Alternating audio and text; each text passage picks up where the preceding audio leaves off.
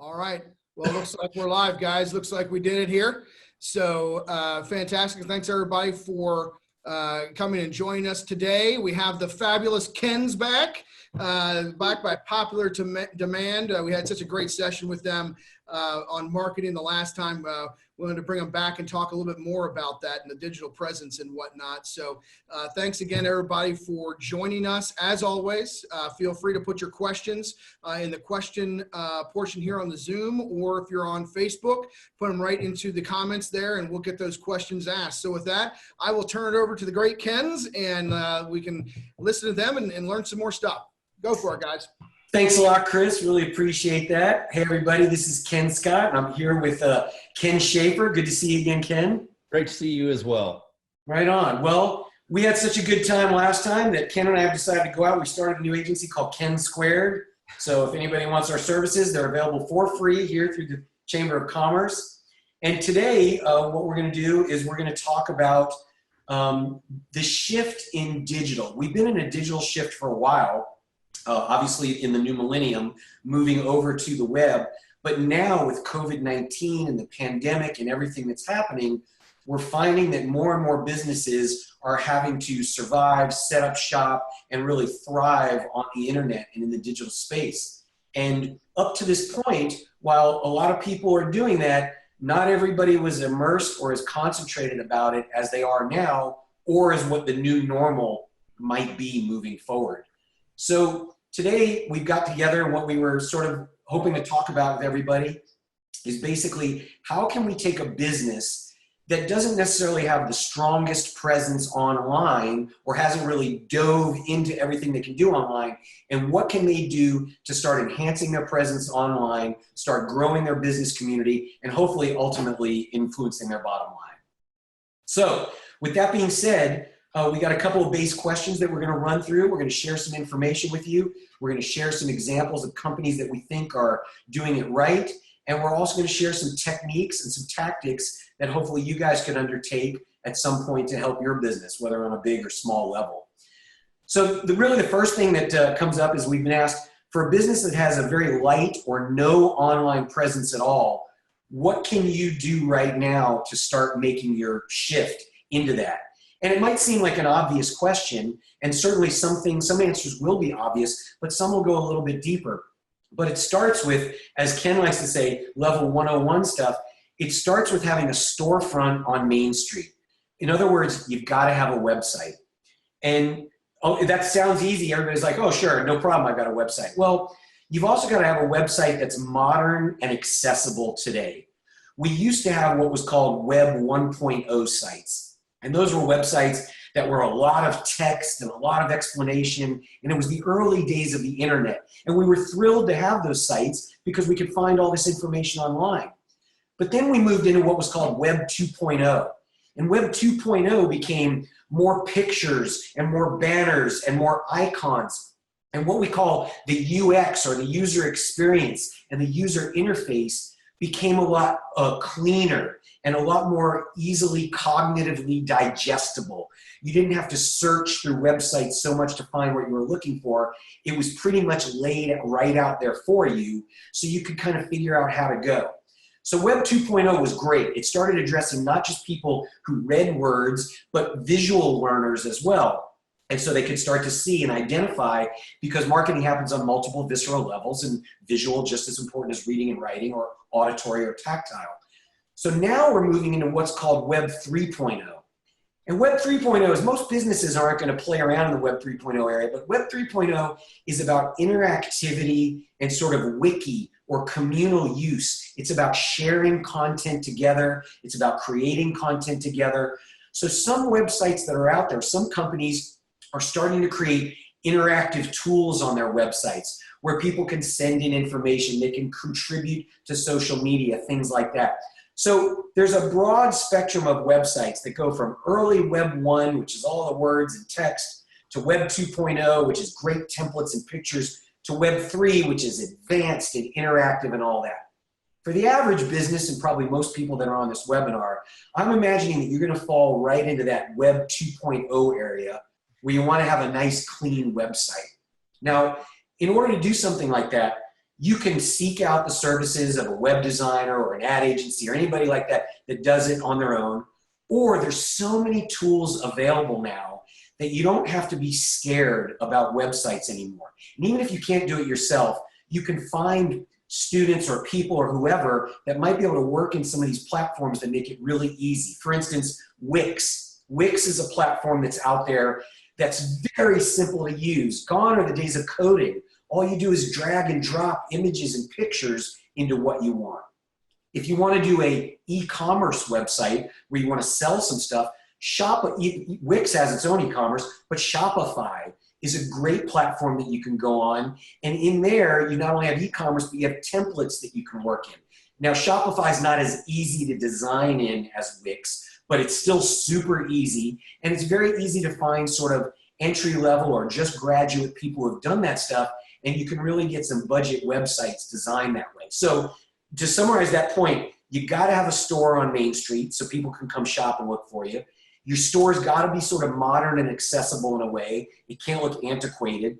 And you can find easy ways to get these kind of websites up online now. Ken, do you have any feelings about that? Well, 100% agree with you. And I think for many small business owners, the idea of creating a website is daunting. In fact, I know we have a question that came in that someone has spent thousands of dollars with no success building a website. Well, two things I would reiterate that you said. One is these template systems truly work well, and they're built to almost self-optimize in a way, to a degree, in a way that is very user-friendly. These templates are built for usage. And your point about Shopify is spot on.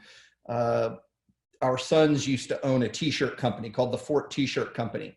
And they're in high school and they literally built a website on Shopify.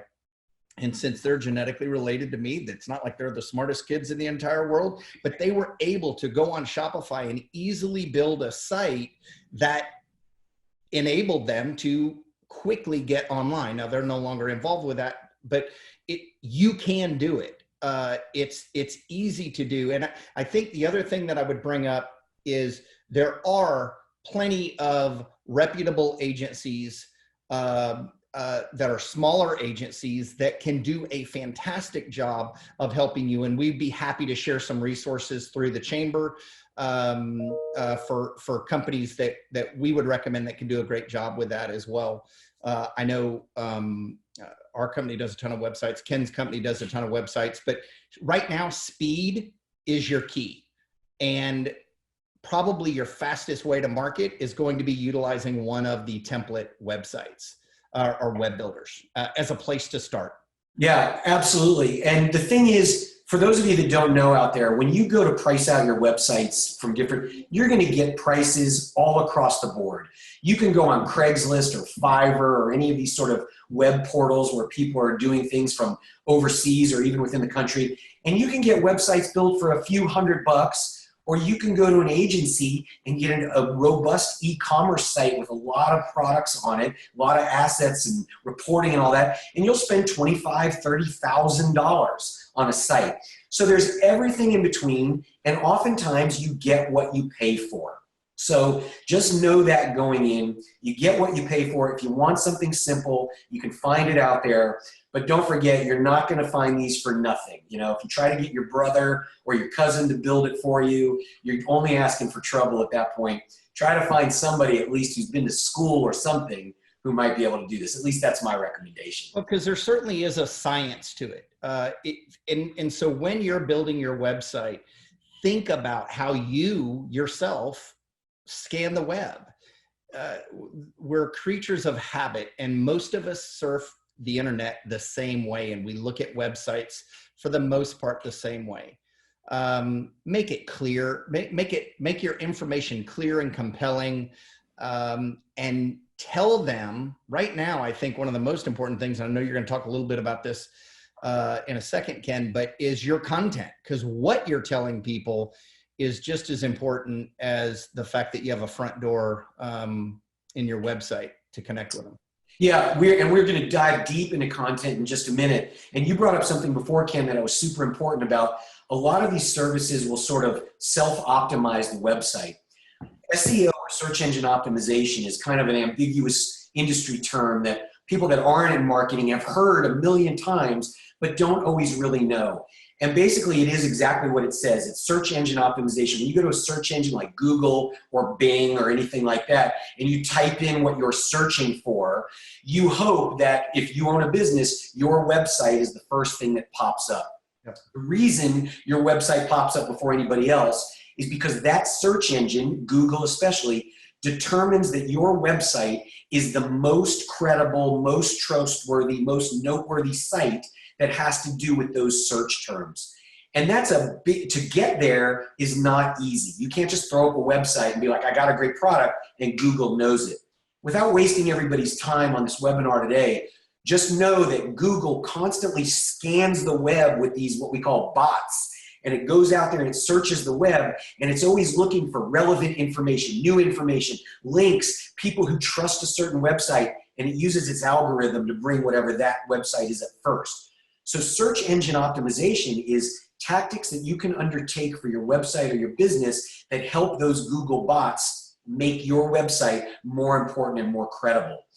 The best and simplest way to do that for any business is when you build your website, or if you already have a website, have somebody who knows what they're doing go into the back end of that website and check all your headers, your picture titles, your page titles, all those little things that come when you're filling out the template for the website are exactly the things that the Google bots read, and they'll see the words that you use in your picture. If your picture just says picture number 1.jpg, that's not going to mean anything to you. But if you're in the coffee roasting business and it says coffee roasters at work.jpg, then you don't ever see that on the website as a user, but the bot sees that on the back end. So make sure that when you build your website or you're having somebody build it, that they're doing all the baseline SEO tactics, which means as they're building it, they're putting in all the headers, all the titles, and all the stuff on the inside of the website before you move on. Because outside of that, ongoing SEO can be a very expensive process, right, Ken? 100% agree with you. The built-in components of Google search and the bots, that's all on the back end of your website. That's a 101 thing. Do those basic things first before you spend money with a company on SEO. Right on. Other SEO tactics. So I know one of the things Ken and I talked about a little bit going into this was people get their website, they get set up online and think, okay, I'm good to go. Well, one of the things that's going to help you get more people attracted to your business and help your SEO is making sure that you're listed on Google My Business. 100%. Yeah, being on Google My Business is more important than it's ever been before. It's tied into your whole Google profile. And so if your Google My Business profile is filled out well, that helps your SEO rankings. Plus it helps people see, find, locate, and contact your business. Ken, how do you guys deal with that over at your place? Yeah, so I mean, complete agreement with you that that's the absolute next step. And so you create a Google My Business listing. And then the second most important step to that is that you verify it. And you go to, I had the URL, googlebusiness.com/verify, I believe it is, if we can check that. And you can verify your business. That is a fundamentally important step for you to take. When you're filling out the Google My Business, make sure you put all the information they're asking for, your contact information. You can put a photograph of your business. You can put your hours. All of those things are extremely important on Google My Business. This then also helps your search engine optimization. So all of this feeds into your site being recognized as a viable, trusted resource for information. Right on. So you've now got your website set up. You're on Google My Business. You've got your presence there. Now, what are other ways that you can start to grow and develop your business online? These are in no particular order, but Ken and I are going to share a couple of things with you. One is, and we'll talk more in detail in different ways, one is you want to start to build a community around you. We use the term at our agency, a digital marketing community. You have to build people around your business that, again, you'll hear me say this a lot, look at you as a credible and trustworthy source. So in order to build a business, you have to start looking at different ways you can build an email list. Having an email list is super important for being an online business. Getting people's emails show you who's interested in your business, and having an email list allows you to directly reach out to people who are warm leads or predisposed to do business with you, and you can offer them deals, you can give them information, you can do whatever you want, but you've now got an active dialogue, and they don't actually physically have to walk into your store to do business with you. You can communicate through them through email channels. So building an email list is super important. In a little while in content, we'll talk a little bit more about how to build those, but Ken, I'm sure you have thoughts on email building. Yeah, so when you think about email, if you own the list, email marketing is arguably one of your least costly forms of marketing. I implore you, don't spam your list with email, because you're going to start to see people opting out. You know, that's probably another thing that we should mention, Ken, is that if you are distributing emails using a software like MailChimp, which actually has a free version, there is an unsubscribe element that goes to the bottom so that you can be in compliance with the CAN-SPAM regulations, so that people can unsubscribe if they don't want to. But the number one reason people unsubscribe is there's no value in what you're offering them in the email. So the content in your email, keep it short, tight, and short, valuable, and easily obtainable. Make it easy for me to connect with you for whatever it is you're selling. I don't care if you're an attorney. If you're an attorney, tell them, here's how you can get a hold of me. If you're a restaurant, here's the hours, and here's where and how you place your orders. Make it super simple. Email's a fantastic way to keep current with people, as you've said, that have already expressed an interest in doing business with you because they gave you their email.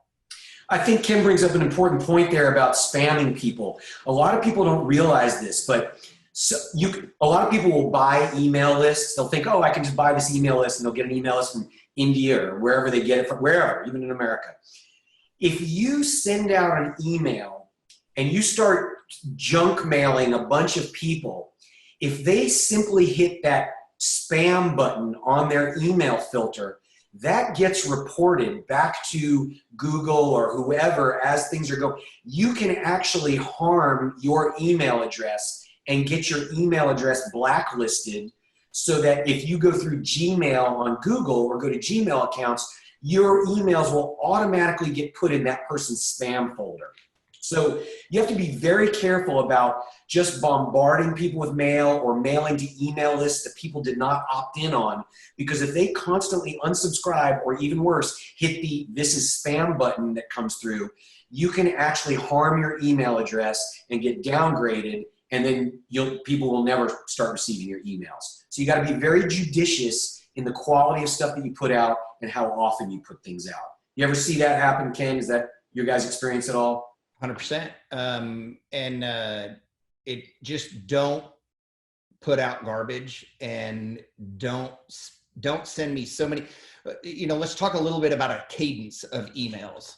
A lot depends on the business that you're in, but I've seen one local attorney who is now during the, when everything was going on the first round of the small business loan program, their law firm was sending out an update every 2 days via email, and it was important, relevant information. So that was not too frequent for me.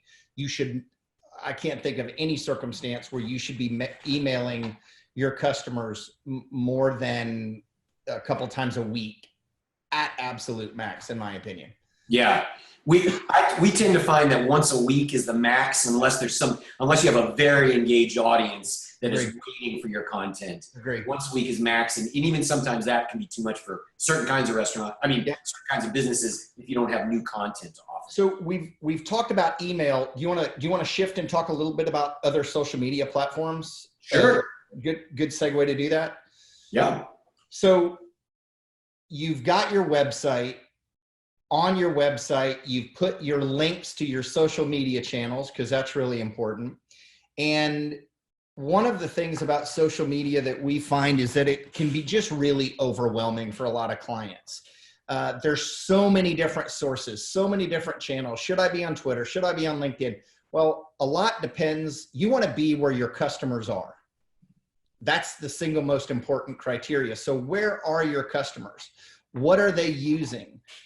Which social medium are they using? And Facebook, for the most part, is inescapable.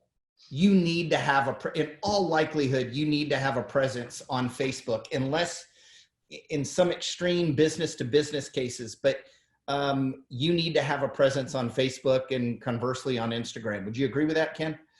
Yes, I mean, very much so. A lot of people could talk about, oh, I'm not on Facebook, I'm not here. Facebook's a giant. It's here. It's going to be around. It owns Instagram. It will purchase and develop other social media platforms as time goes on. So yes, being on Facebook is probably the single premier place you got to be. And when we say being on Facebook now, that basically means you're on Instagram as well. Because when you run ads on Instagram, they automatically run on Facebook for the most part. So what does it mean, Ken, to be on Facebook, to be on Instagram? Talk about that. Well, basically what happens is you get a chance to have a dialogue with the people that are interested in your offerings. And social media is a place to tell those stories and share who you are. So being on Facebook for a business means having a business Facebook page, right? Registering a page. Now, a business Facebook page has always got to be associated with somebody's personal account somewhere. So you've got to get those things connected, but you need to get your business up on Facebook. Now, that sounds really easy, and to be honest, it's not that difficult, but what we see a lot of people do is they don't set their Facebook pages up correctly. And so they don't look credible or trustworthy. That opening banner will not be centered correctly, or you won't see the whole thing, or something will be wrong about it, or they don't post that often, or there's misspellings in the post. Anyway, there's all kinds of rudimentary things that can go wrong. But being on Facebook means setting up your Facebook page and then having active content that comes out on a regular basis of some kind, and hopefully not randomly, but with a strategy. I know Kenn and his agency, I know our agency, every good agency out there gives their clients strategies where they work out what will be posted over weeks and or months, so you can create a macrocosm of flow of your messaging and what it's going to be. And so being able to put that content out on a regular basis, that's being on Facebook. Same thing with being on Instagram. Kenn, is there more that you would add to that? Yeah, no, your part about setting it up correctly is really important. And right now, Facebook has made some very business-friendly changes to ways that you can quickly update your business listing on Facebook. And I had said I wasn't going to share my screen, but I think I'm going to do that here real quick if I can. Drum roll. Yeah, please, Lord, let this work. And, all right, can everybody see my screen? Yes. Okay. So here on this screen, so this is the panel that you go into for Facebook to update your page info. And what it allows you to do is to update any temporary service changes, hours changes, online delivery, whatever it might be. And it allows you to go in and make these updates directly. And here is what that would look like. On the left, you can see one that is using the new Facebook COVID-19 update feature versus one that is not. And so, or one that is closed at the time. So you can see having these other features that says what is the most important thing you can tell people if you're a restaurant? You're open now. Here's how you can order online. Make it simple. And you start with that by doing it right in how you set it up on Facebook to begin with. So I'm going to stop my share. Okay, good. Right. So, and Kenn brought up something earlier before. Know where your audience is. You know, Facebook is basically, I mean, I'm going to look at some stats. Recently, more than 80% of 18 to 29-year-olds are on Facebook, but they spend most of their time on Instagram, right? But everybody over 30 years old or more is Facebooking. Everybody's on Facebook and Instagram. Most of your youngers are on Instagram. TikTok is certainly storming the castle right now, but it's also the way we interact. You know, you can't get all the information. I'm going to back up. You can't get all the information from one platform that you do from another. Yeah. Gary Vaynerchuk, who's a very famous social media guru, wrote a book called Jab, Jab, Right, Cross. And if you're in business and you want to work in social media for your own business, I strongly suggest you get that book. And basically one of the things that it'll teach you is each of the social media platforms needs to be approached differently. Facebook is about sharing stories and information. Instagram is about sharing pictures and being exciting and sharing the awesome life. Twitter is about being a guest at a cocktail party that's going on 24 hours a day. Your business has to assume the right perspective and approach to be on those various social media platforms. You'll see a lot of people posting the same things across Twitter, Facebook, Instagram, or whatever. And if that's all you can do and all you have the time for, that's better than nothing. But if you can apply yourself to each of the platforms and tailor what you're doing to those platforms a little bit, it speaks a little bit more to those audiences in particular. So just Google the age groups so you can kind of figure out who's on what platforms and then figure out where your audience is predominantly, and then you can choose to go on those platforms, whether it's through paid ads or organic posts, and try to reach them. You agree with that, Kenn? I do. I think just as a simple statement, your Facebook, your Instagram, and then while it's not truly just a social media platform, I would also, for a lot of businesses, add Yelp into it, in that Yelp has 178 million unique users across desktop and mobile and app each month. And 35% of those visitors that find a location on Yelp are going to go visit your website. So Yelp has a high conversion rate, especially for retail and restaurant businesses. So that's another one that I would not leave out. And you can go through similar verifications as we were talking about on Google on Yelp as well. Also with LinkedIn, if you're doing B2B, that's a super important place to be. LinkedIn is developing as a communication channel. They've been experimenting with their ad platform over the last couple of years, trying to figure out what works. What's so great about LinkedIn from an ads point of view is it's a super highly qualified audience that you're reaching out to. The unfortunate part of that is it's very expensive to get to that audience. So the average cost per click on Facebook, and you'll see various numbers out there, is anywhere from 50 cents to $2. We'll say $1 for purposes of this conversation. And that number fluctuates. Some people have different numbers. But the average cost per click on LinkedIn is like $5.50. So you can see right away, you're going to a highly qualified audience for B2B stuff, but the cost of being there is expensive. That being said, even if you're not doing paid ads and you're just doing organic, the time that we were spending going to networking events, going to ribbon cuttings and all that stuff, which is so great and such an important part of the Chamber of Commerce. And when I first moved to Fort Worth, it's a big part of what I was doing. Now, a lot of that's still going on, but let's say there's less of that. Take that same amount of time that you were networking in real life and start networking on LinkedIn. Start spending your time posting, responding to other people's posts, and just interacting. Because if you start to develop networking in LinkedIn, the ramifications and the possibilities for your business are incredible at that particular point. So I wanted to move on. Kenn, I'm going to jump out of that. We've talked about setting yourself up on the web and on social media. And I want to talk a little bit about content, if that's okay, about generating content to put on these places. Because you can set yourself up with a website, you can get on Facebook, you can get on Instagram, but if you don't have good, valuable content for people to engage with or to get educated or entertained by, you're not going to hold an audience for very long.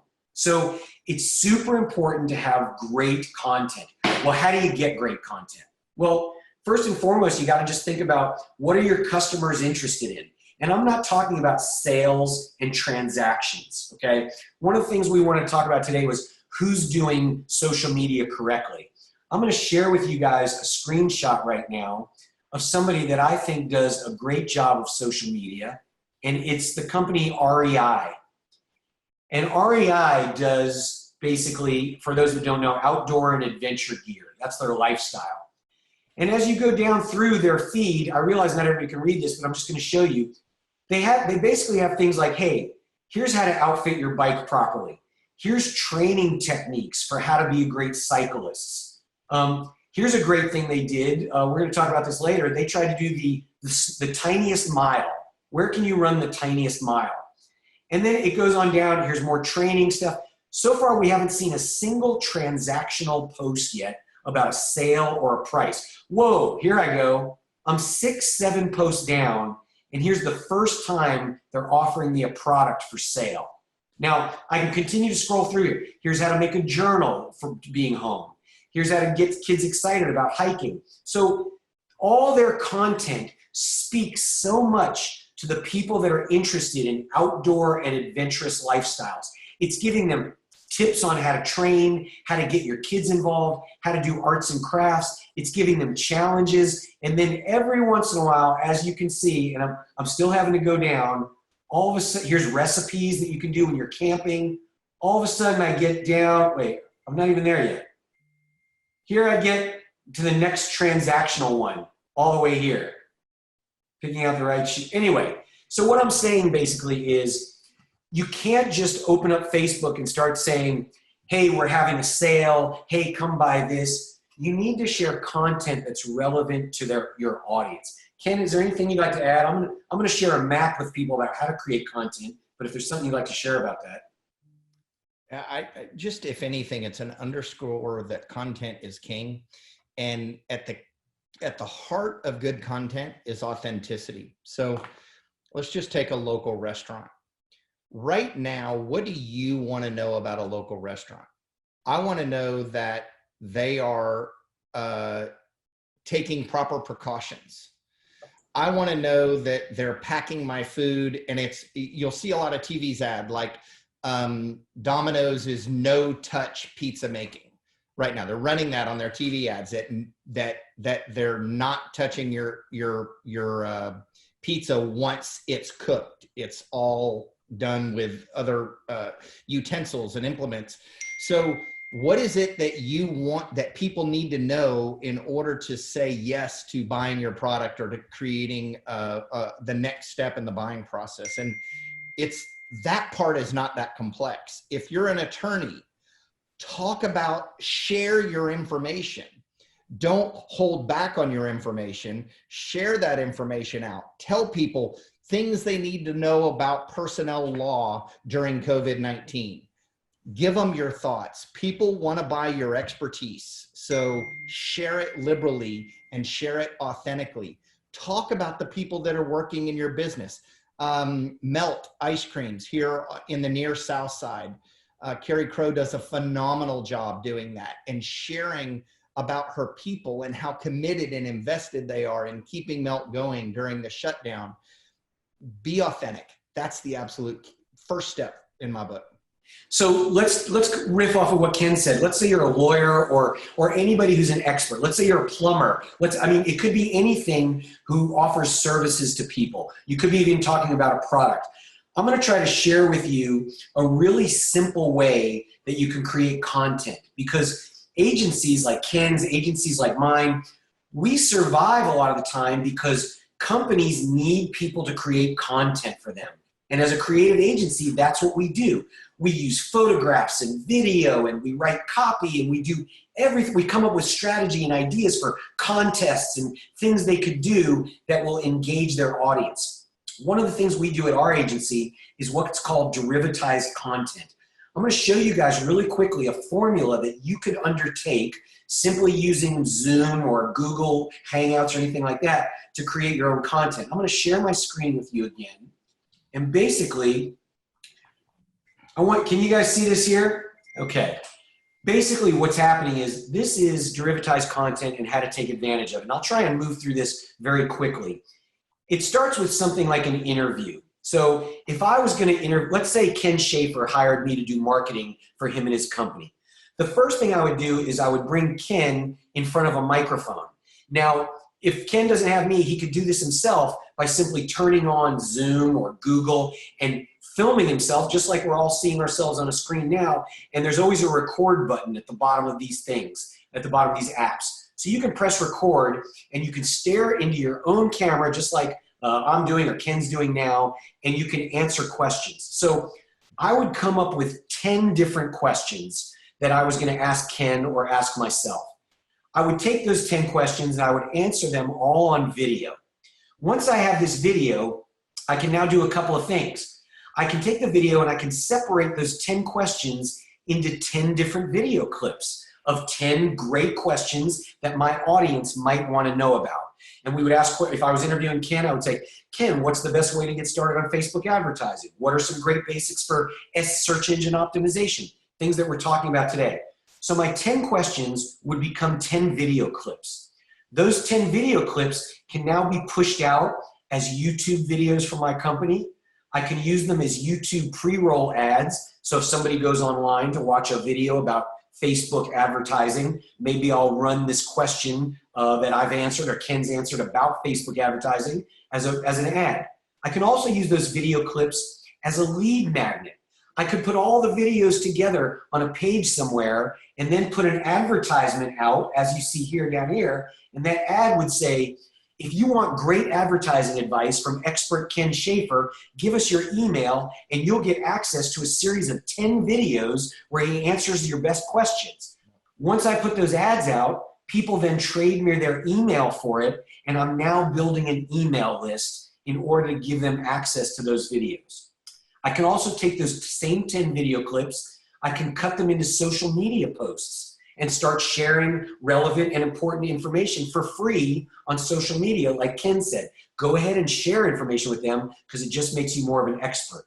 I can also take those video clips and I can use them as paid ads on social media to show that I'm an expert and get greater outreach. Now, once I go back to that interview, if I don't want to use the video, I can actually, one thing I left out of here was you can actually just use the audio and create a podcast. So I could broadcast a podcast of my interview with Kenn Schaefer.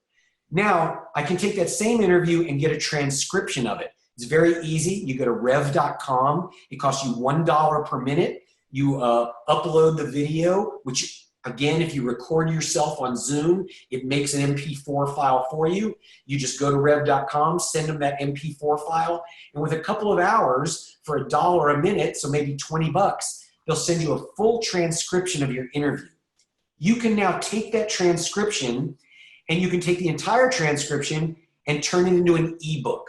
So I could have an ebook, just like I had these videos over here. I can create an ebook that's maybe 3,000 words, 25 pages long, and it says marketing advice from top marketing mogul Kenn Schaefer. And now all you're going to do is I'm going to put out an ad, just like the webinars over here, tell people that it's there for free, collect their emails, and then send them this free ebook about marketing advice.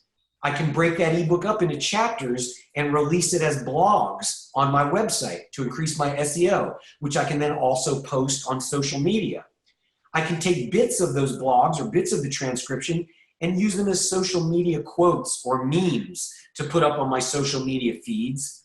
And then ultimately, I can take transcriptions and quotes and put them into paid ads and say things like, Kenn Schaefer says, if you're going to do, marketing, make sure to pay attention to SEO. Use Schaefer advertising to find out more. So you can see just by doing one 10-question interview with somebody or even by yourself on Zoom, you can break it up into a transcription, video clips, and then create all this content for use across all your different platforms. Kenn, does that make sense? And I think that's brilliantly done. I love how you describe that. And I know that's a real service to your clients. I think reinforcing that came from one interview, and whether you interviewed yourself or someone interviewed you.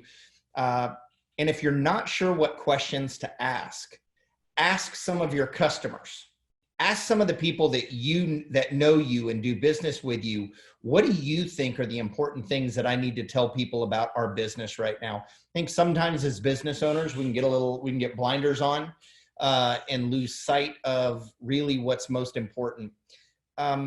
what you just showed is that with one well-done interview, literally you could create enough content to carry you for the next month, 2 months easily. And I think that's really a great job. I applaud you for that. That's good stuff. Right on. Well, look, at this point, we've covered a lot of stuff. We've been talking for 40 minutes. I know that there's oftentimes for question and answer. I know we've answered some of the questions. There's more stuff Ken and I could go over, but does anybody have any questions, or Chris or anybody want to chime in at this particular point? Yeah, no, thank you. That was excellent information there. You guys are always so fantastic with this. So thank you very much. We did have a couple of questions here, a couple of comments, but just wanted to get your guys' thoughts on it. One person's put in here, I've heard about the term Facebook plus one, so focus on Facebook plus one other social media platform. What would be your recommendation? I mean, you talk about all of them. I mean, can he control all of them, or should he just be really good at a couple of them? Yeah. You mind me jumping in on that, Ken? Please. You know, don't get overwhelmed, right? We say, let's pick one or two things and do them really well before we do a third thing and a fourth thing and a fifth thing. So the idea, the concept around Facebook plus one is really designed to do two things. One, I'm sure it's a Facebook person that came up with it, but Facebook really, in most cases, is going to be the anchor to a company's social media platform in most cases. That's not, I think LinkedIn plays a major role as well, but add one other. And I think one, it really goes back to who's your target audience. And in the end, where is your target audience? And as you pointed out earlier, if I'm trying to market to somebody under 18, I'm going to look pretty heavily at TikTok and Instagram. Right on. Yeah, and I agree with Ken. Basically, Facebook is pretty much the core where you're going to start from. And Facebook and Instagram, again, are very much married. A lot of people don't know that, but again, Facebook owns Instagram. And when you run Facebook ads, there's basically just a button that you kind of push that says, do you also want this to run on Instagram? So there's a lot of cross-pollination there, a little bit of different age groups and a little bit of different approach of how you do it. But yes, figure out what's right for your audience. Don't feel like you've got to be everywhere. Pick where your audience is and where you think you can do the best job. Agree. So Ken, Schaefer, you mentioned it, TikTok. That was another question that somebody had, or a comment, not to forget about that for the younger audiences. So thank you for bringing that up. One interesting comment here was about Waze. Recently started advertising on Waze. Curious on any feedback on that platform. Yeah, go ahead, Ken. No, please. Yeah, so we've done quite a bit with Waze as it relates to our real estate clients, and have had differing levels of success. What we have done is we're tying Waze into a geofencing program where, gosh, I don't want to go down a rabbit hole here. We found out that 67% of all the people that lived in this one community worked in the Houston Medical Center. So we put digital fences, geofences around parking lots in the medical center so that we could tag those people, and then we cross-tagged them in Waze. And as we were trying to direct people to come into our real estate development down in Houston, and we actually had some pretty good success with that. The idea of, I think Waze is working better for larger brands right now, like the Chick-fil-A's of the world, or the larger gas stations. That's my 2 cents. That whole Waze conversation can be a real rabbit hole because it's a complex place to advertise. It's not the first place I would tell any of you to advertise. I concur with that. What else you got, Chris? All right, got one more question here, and it's about back to Facebook and talking about any value in building likes on the Facebook page anymore, or should I only use ad dollars to target audiences that I want to talk to? Well, I'll speak to one thing in particular, and then Ken, I'll certainly pass it over to you. It's constantly changing, and the social media platforms they're showing likes and then decide they're not going to show likes, and it's a whole new thing. we found that people with particular clients that we worked with, we found that people who liked or engaged with our page in some way like that, liking it, loving it, laughing, whatever it was, they were more apt to convert on other advertisements that we then targeted outside beyond those particular like campaigns. So we've actually run strategies where we first run a like campaign through Facebook in order to try to build up our likes audience. And then we turn around and run an advertising campaign to everybody that likes us. And we find that the people that are most apt to like are more predisposed to buy at all. So I'm an older guy now. There's a lot of younger people that know a lot more about social media and are certainly more relevant and fast about it than I am, even at my own agency, thank goodness. But I'm still a believer in the basics of warming up your audience, getting them to be predisposed to be engaged with you, and then getting to purchase. So I do believe in like campaigns, but I would also get on a debate stage and feel free to get my head chopped off on that one. Yeah, the only thing I'd say is that, and it's in alignment with you, likes are not the ultimate transaction that you want, but they're on the customer's journey to a transaction. At the end of the day, whatever it takes for you to create engagement with your customer, and a like is it's not a passive engagement, but it's just a step above being a passive engagement. But it's in the journey. The other thing, we didn't touch on this, please respond to your customers and the comments on your social media channels. Even if someone disagrees with you, I'm going to tell you, I've literally watched a business here on the near South Side that totally flamed out because the owner got into a fight with someone on Facebook. Doesn't matter who was right or wrong, the business lost. Always respond timely, appropriately. Even if you don't agree, you can say, we can agree to disagree. I PM'd you with my email address so that we can continue this conversation. It's always right to take the high road. I think it's very important to remember, as Ken just pointed out, it's called social media for a reason. It's about being social. It's not about putting up a billboard on Facebook and then saying, screw it, I hope whoever sees it, sees it. Yeah. They're going to react. They're going to comment. They're going to have complaints. They're going to have positive stuff. If somebody says something positive, just respond. Thanks a lot, Jim. If somebody has something negative to say, wow, sorry to hear that, Jim. If you want to talk, here's my, however you want to contact them. Yeah. Overall, all the things that we're talking about today, and Ken, you may agree with this or can add some more to it. Really what we're talking about today is, it's not just about the tactics. It's not just about setting up a website or doing SEO or getting it's about understanding the big picture, which is you need to build a digital community. You need to build people that know your brand, that engage with your brand, that will trust your brand, that give it credibility. And there's a lot that goes on with that. You have to share with them for a while. You have to establish a conversation with them. And then when it's time for them to do business, they're going to turn to you because you're somebody that's been sharing with them the whole time.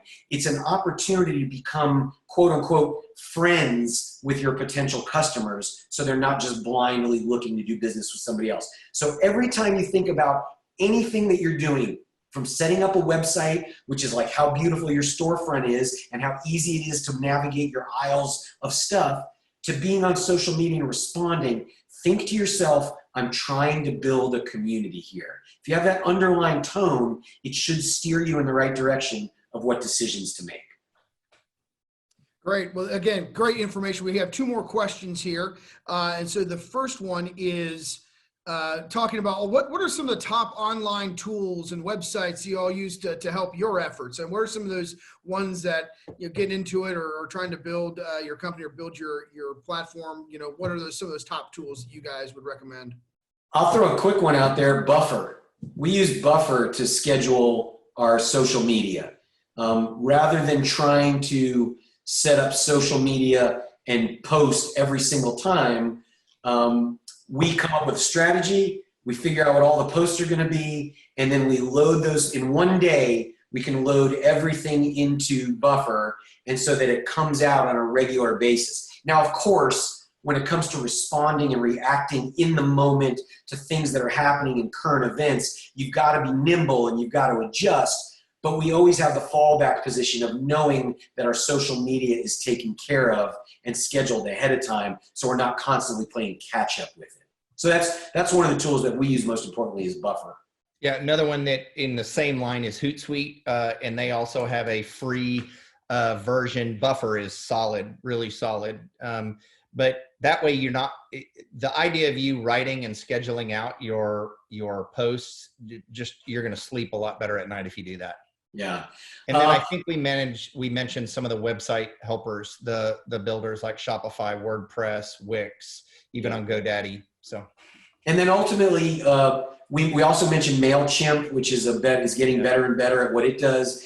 For those of them that want to get more robust and spend a little bit more money, you can get into things like HubSpot or Infusionsoft or ActiveCampaign. Yep. These are all things that help manage complex email and communication programs with clients really well. Yeah, I think HubSpot's a good, we use a lot of HubSpot and find a lot of success with that. Yeah, a lot of great info right there. As always, for those folks who are tuning in, these will be saved on our Facebook page and on our website. So all of those resources they just listed out, if you didn't get a chance to write them down, you'll be able to look at those. So last question we have here is about podcasting. Is that something that folks should be looking at? Any tips for new people getting in there? Is it a good marketing tool? What's your thoughts on that? I love podcasting. Sorry, Ken, go ahead. No, you go. Go ahead. I was just going to say I love podcasting. We do it as an agency. We do it for clients. We set clients up with it. Podcasting is basically radio on demand, and people are exercising, running. I guarantee you during this COVID-19 epidemic, when more people were walking and riding their bikes and doing stuff because they couldn't go to the gym and all that, I guarantee there were more podcasts listened to in this last month than ever before in the history of podcasts. People love podcasts. They're listening to them. They can find anything that they want out there in the podcast universe. And it's very easy. People are starting to tie commercials and ads into podcasts. So it's another way to take the interview that, like we talked about, that if I had done with Ken, I could have turned that into a podcast and put it out there. So we're a big believer in podcasts at our agency. Yeah, I agree as well. I think the key behind a podcast is, in my opinion, it's got to do one of two things. It needs to educate or it needs to entertain. And sometimes those can happen together. So if I was a local restaurant, how would you podcast? Well, I'd probably podcast more around recipes or something like that. But if I'm an attorney or an accountant, I'd be podcasting from a knowledge expertise standpoint to inform people and be relevant. And just remember, whatever you produce lives on forever out in the digital world. So be smart about what you produce. Well, great. Well, that's all the questions we've had. So thank you again. Always great content with you guys. Hopefully we can have you back again. And if we come back, I hope that you'll wear the Ninja Turtle, costume. I think that's a lot of value. It gets too hot. Come on, suck it up. I want to see it. We need that's to only have a winter outfit. Third round of this, and I want to see it. Yeah. Well, gentlemen, thank you very much. And thank you, everybody, for tuning in. Just to let you know, tomorrow, there it is, the shameless plug. So tune in tomorrow as well at 2 o'clock. We're going to talk about loan forgiveness with the PPP. I know there's been a lot of questions around that. We haven't received all the guidance yet from the feds, but we have Clifton Larson, Allison Baumeister from there to talk about that and answer some questions there. So I'm sure it'll be a great session tomorrow as well. So again, thank you, gentlemen, and have a great rest of the day. See you, everybody.